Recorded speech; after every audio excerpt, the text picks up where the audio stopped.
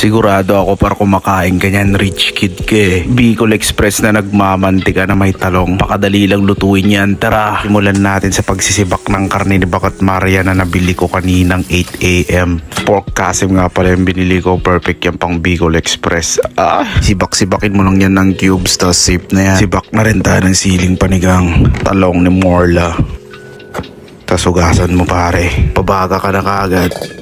Sa mainit na kawali, lagyan ng mantika, bawang, sibuyas. Kita mo naman yung mga galawan ni Tito Osas pare, alamang. Tapos yung siling panigang par, gigisa mo yan, sarap yan par. Gisa mo na rin yung karne par. Tapos lagyan mo ng tubig galing prime water.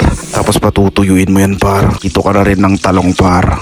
Yan, set aside na natin yan para safe na safe. Yan na naubusan ng tubig at nagmamantika na para safe na yan. Ang paminta, chili garlic oil, 5 usas par. Napakabisa niyan. Kita mo naman par, 2 pa talaga nilagay ko dyan para napakabisa talaga gata. Tignan mo naman yung texture niyan, nagkremasan. Lag mo na rin yan talong na yan par. Kita mo naman yan par kung gaano kabisa niyan par. Kumuha na kagad ako ng isang malupit par, isa pang konting malupit. Yung mga ganitong pagkain par, minsan mo lang kakainin to kung ayaw mong makita kagad si San Pedro. Grabe, sarap niyan. Sige par, bukas ulit.